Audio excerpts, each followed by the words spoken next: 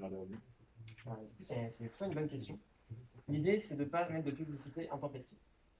C'est de rendre l'application gratuite pour qu'elle soit disponible vraiment au plus grand nombre de personnes possible. Et du coup, il y a aussi des achats qui sont intégrés dans l'application. Ce sont des achats qui sont purement facultatifs, c'est-à-dire que sans acheter rien, un archer peut quand même utiliser l'application à quasiment 100%.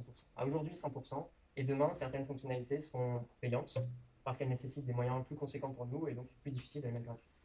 Un exemple de fonctionnalité qui pourrait être payant, une fois qu'il sera développé, c'est de prendre la cible en photo, un exemple de cible ici, et de détecter les flèches pour savoir quels sont les points qui ont été faits et du coup de pouvoir les placer directement. Ça, c'est un exemple de fonctionnalité qui est un peu moins simple à faire et qui pourrait être une fonctionnalité payante. En plus de ça, il y a quand même des publicités, sauf que c'est l'utilisateur qui choisira de les regarder. Et ça lui donnera des récompenses qui lui permettront d'obtenir de nouvelles fonctionnalités ou de nouveaux achats. Alors pour les achats qu'il y a d'intégrer aujourd'hui, c'est par exemple des avatars, c'est des images de bannières qui permettent de personnaliser un petit peu. La partie la plus difficile, je dirais que c'est un peu un tout. Parce que y a plein de petites parties. À chaque fois, il y a des problèmes, forcément. Et à chaque fois, le but, c'est de résoudre ces problèmes. Alors, dernièrement, j'ai eu pas mal de soucis de compatibilité, par exemple, pour pouvoir la poster sur Android, la poster sur Apple, il faut que ce soit validé dans les temps. Ça prend du temps pour valider de leur côté, et puis à chaque fois, il faut remettre une version. Ça, c'était quelque chose qui n'était pas facile, parce que même s'il y a des testeurs sur l'application, le comportement, il n'est pas pareil quand c'est les personnes qui sont habituées à tester que quand c'est quelqu'un d'autre. Et ça, c'est quelque chose qu'il faut réussir à prendre en compte et qui n'est pas évident.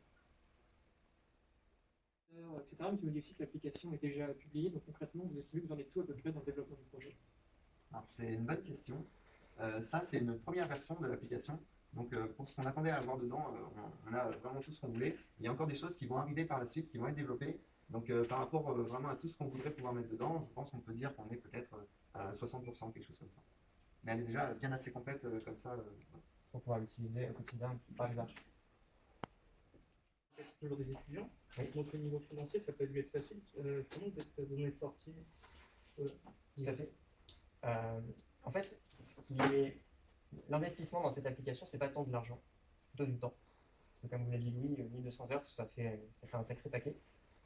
Et c'est vraiment ça qui a été investi finalement. Au niveau du budget, il y en a toujours, hein, c'est pas gratuit, ne serait-ce que pour publier sur les stores, ne serait-ce que pour acheter les outils de développement, pour les réseaux sociaux, la vidéo que vous avez vue. Donc ce budget-là, il reste assez raisonnable à l'échelle de ce projet, et donc on l'a financé de notre poche. J'avais une question par rapport aux partenaires. Est-ce que vous avez des institutions peut-être spécialisées dans l'archerie qui vous suivent ou qui soutiennent le projet? Alors, effectivement, oui. Il y a par exemple l'Archerie du Centre, qui est le partenaire officiel de l'application. Et après, il y a aussi la FFTA, qui n'est pas vraiment un partenaire, mais qui nous a autorisé à accéder à la base de données nationale, afin de permettre, par exemple, aux utilisateurs, lorsqu'ils se connectent avec leur licence, de pouvoir retrouver toutes leurs données depuis qu'ils ont commencé à faire du tir à l'arc. Donc, que ce soit tout ce qui est compétition, etc., toutes les données sont récupérées. Et donc la FFTR, la Fédération Française de Tir. D'autres applications qui existent, il y en a même qui sont plutôt très bien faites. Mais aujourd'hui, avec cette application-là, on apporte quelque chose de nouveau. Alors déjà, vous l'avez vu sur les 3 grandes parties de l'application, tout ce qui est statistique, aujourd'hui, ça se fait. Quasiment toutes les applications ont cette partie. Dès qu'on passe dans la partie réseau social, c'est déjà beaucoup plus rare. Et dans le tir à l'arc, je vais même aller à dire que j'en ai pas vu. Après, la partie coach, elle est aussi très rare. J'en ai pas vu beaucoup. Mais une application qui regroupe les 3, j'ai pas vu du tout.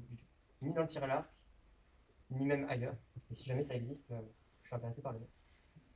Mais l'idée ici, ça va vraiment être de pouvoir créer des jeux en ligne, par exemple des matchs en ligne, des jeux de zone. Alors, si vous n'êtes pas initié au tir à l'arc, je ne sais pas si vous allez voir ce que c'est, mais les initiés pourront comprendre.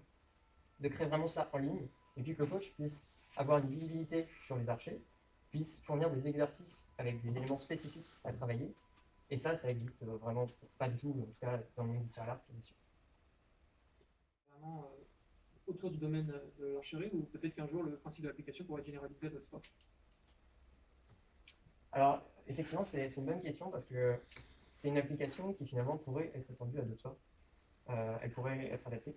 Ça nécessite quand même pas mal de changements. Donc, c'est recréer une application, mais on a déjà une base qui peut être réutilisée, et ça peut être super intéressant.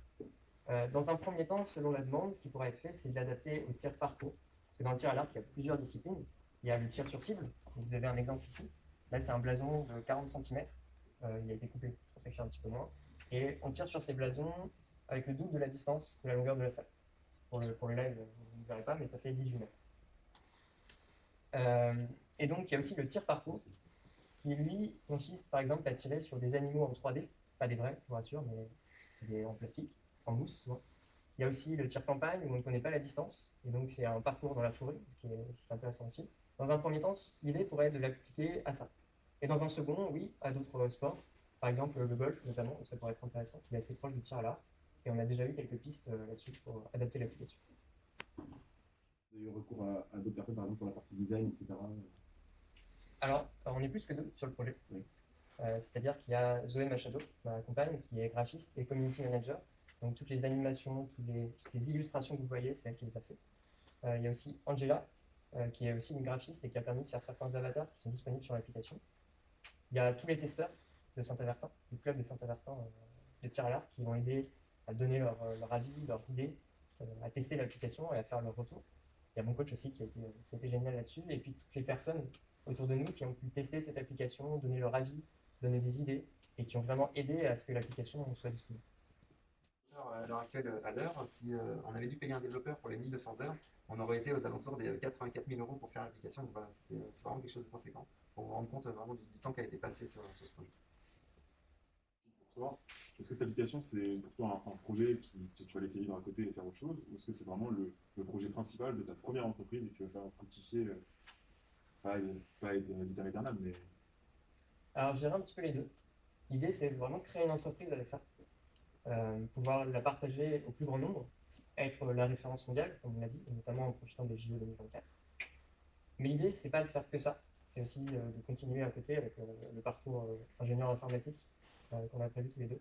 Donc vraiment en parallèle, mais quand même le porter comme un projet et aller le plus loin possible avec ça. Le plus loin possible avec ça. Oui. Pour l'ouverture internationale, vous avez déjà une stratégie établie ou vous comptez que l'application fasse son succès toute seule sur l'international? Alors, aujourd'hui, elle est disponible que en français, cette application, et donc que en France. À terme, ça va être traduit, très bientôt. Et ça va être disponible déjà sur l'Europe et ensuite sur le monde, même s'il y a des législations qui sont un petit peu différentes, par exemple aux États-Unis, et donc ça complique un peu la tâche.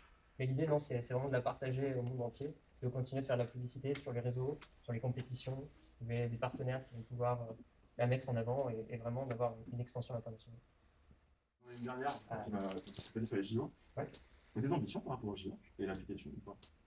L'idée, c'est qu'au JO, elle puisse vraiment éclater, rayonner dans le monde, être l'application de référence mondiale pour le tir à l'arc cible au moins. Et donc, effectivement, les JO sont portés sur les innovations technologiques, comme souvent, c'est là que les innovations se développent. Et donc, l'ambition, c'est qu'elles fassent partie de ces innovations et qu'elles puissent être mises en avant pour vraiment éclater le monde des JO à Paris. C'est français, c'est normal. En plus, c'est pas Un coach pour utiliser l'application? Non, pas du tout. Tu peux te connecter, passer la partie licence, découvrir un petit peu le tir à l'arc, pouvoir peut-être créer des compétitions en ligne avec les autres, donc même sans licence, découvrir ce monde. Et après, si tu as une licence par la suite, tu pourras l'intégrer pour avoir plus de fonctionnalités disponibles. Et le coach, tu peux choisir d'être coaché ou tu ne l'es pas de base. Donc tu peux complètement l'utiliser si tu n'as pas de coach. Seulement les statistiques, tu les auras pour toi. Dans combien de temps les tirs campagne? Alors les tirs campagne ne sont pas prévus aujourd'hui en termes de date. Ça va vraiment dépendre de la demande. Non, c'est pour le live. D'accord. Ça va vraiment dépendre de la demande et de la volonté qu'auront les archers. La priorité, ça va vraiment être de développer plus la partie coach et de sortir plus de fonctionnalités en ligne, parce qu'aujourd'hui, c'est une première version de l'application, c'est un début. De développer ça donc en priorité et après de s'orienter plus vers le tir parcours et peut-être même d'autres. Oui, tout à fait, les normes RGPD donc, qui protègent les données des personnes. Alors ici, on utilise déjà les serveurs de Google. Donc pour tout ce qui est mot de passe et tout ça, c'est eux qui s'occupent de la sécurité. Et le gros avantage, c'est que c'est beaucoup plus sécurisé que si on l'avait fait à la main, forcément. Ils n'ont pas les mêmes structures, ni la même expérience. Et après, on est conforme aux règles RGPD, donc on a la politique de confidentialité et les conditions d'utilisation qui expliquent tout ça. La version administrateur, qui est en cours de développement par lui, et qui va permettre d'avoir des statistiques sur l'utilisation des archers, des coachs, et de pouvoir orienter aussi les futurs développeurs. En plus de ça, on va aussi se baser sur les réseaux sociaux pour demander à la communauté quelles sont les fonctionnalités qu'ils préfèrent et les fonctionnalités qu'ils préféreraient voir apparaître. Alors effectivement, c'est prévu d'avoir toute une partie de formation. Aujourd'hui, ça existe déjà. L'idée, c'est pas de le recréer, c'est plutôt de l'intégrer C'est pas une priorité pour l'instant, mais ça a vraiment été prévu. Aujourd'hui, l'application, elle est faite pour être la plus compréhensible possible. Il n'empêche que pour un non-initié qui ne connaît pas du tout les termes, effectivement, ça va être un petit peu difficile. Dès qu'il y a les termes de connus, déjà, on passe un palier, et je pense que le plus facile à utiliser, en tout cas, c'est de révéler ce qu'on va révéler les tests. Donc, d'autres innovations vont être apportées là-dessus. Il y a par exemple une idée tout à l'heure qui a été soumise, c'est de souligner les termes et de pouvoir, en restant appuyé dessus, avoir une description. C'est quelque chose de très simple, mais qui peut effectivement fonctionner pour faire découvrir l'application et la rendre encore plus intuitive. On n'a pas de date annoncée, par exemple, pour la version coach. L'idée, c'est d'y aller petit à petit, de fournir les fonctionnalités au fur et à mesure, et donc d'avoir, par exemple, une version test pour les coachs qui puisse être utilisée, et puis arriver palier par palier jusqu'à une version qui serait, je ne vais pas dire définitive parce qu'elle évoluera toujours, mais complète, on va dire. Lancez-vous. Merci. Effectivement. Je ne sais pas si on a entendu la question, mais c'était qu'est-ce qu'on peut conseiller aux étudiants pour pouvoir faire leur projet. Donc, en 2 mots, ça peut être, ouais, lancez-vous. C'est vraiment, il n'y a pas de mauvaise idée. En fait, il faut vraiment se dire, bon, je vais essayer, je vais voir si ça fonctionne. Donc, regardez quand même ce qui existe déjà sur le marché et tout. Si ça n'existe pas, bah, ouais, il faut se lancer. Il faut y aller, il faut demander des conseils à votre entourage. Faut vraiment se lancer.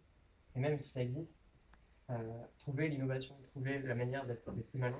Alors, c'est pas possible partout, hein, bien sûr, mais aujourd'hui, comme l'a dit Louis, le CESI, il aide là-dessus. Alors, même si on n'est pas au CESI, hein, bien sûr, on peut faire des projets. Mais on a beaucoup de chance ici, parce qu'on est soutenu par les tuteurs, parce qu'on a des projets qui vont vraiment aider pendant toute la scolarité à mettre en place des choses comme ça. Et au final, dans les projets qu'on a, qui sont assez diversifiés quand même, on peut dire, nous on a été surtout sur l'informatique, donc c'était génial pour nous, parce qu'on adorait ça. Mais on va vraiment voir toutes les étapes de A à Z pour créer ce projet. C'est d'ailleurs pour ça que c'est le titre de cette présentation. Alors, c'est pas facile à évaluer parce qu'il n'y a pas vraiment eu cette étape de réfléchir au projet entièrement avant de le mettre en place. Le projet au début était moche. les designs, les maquettes, c'était vraiment moche, c'était très basique, c'était très simple. L'idée, c'était pas de faire quelque chose de complet tout de suite, c'est de penser au fur et à mesure les fonctionnalités. Et ça n'a pas été pensé par une ou deux personnes, ça a vraiment été pensé par un groupe d'archers et un groupe de coachs pour des archers et pour des coachs. Donc l'idée, vraiment, c'était de faire ça au fur et à mesure, d'ajouter des nouvelles fonctionnalités. Et encore aujourd'hui, il y a plein de propositions qui sont faites par rapport à l'application pour ajouter de nouvelles choses. Et donc, en fait, elle est continuellement en construction. Donc finalement, il n'y a pas eu de temps alloué. Donc c'est difficile pour nous de répondre à ces questions. Mais un peu tout le temps.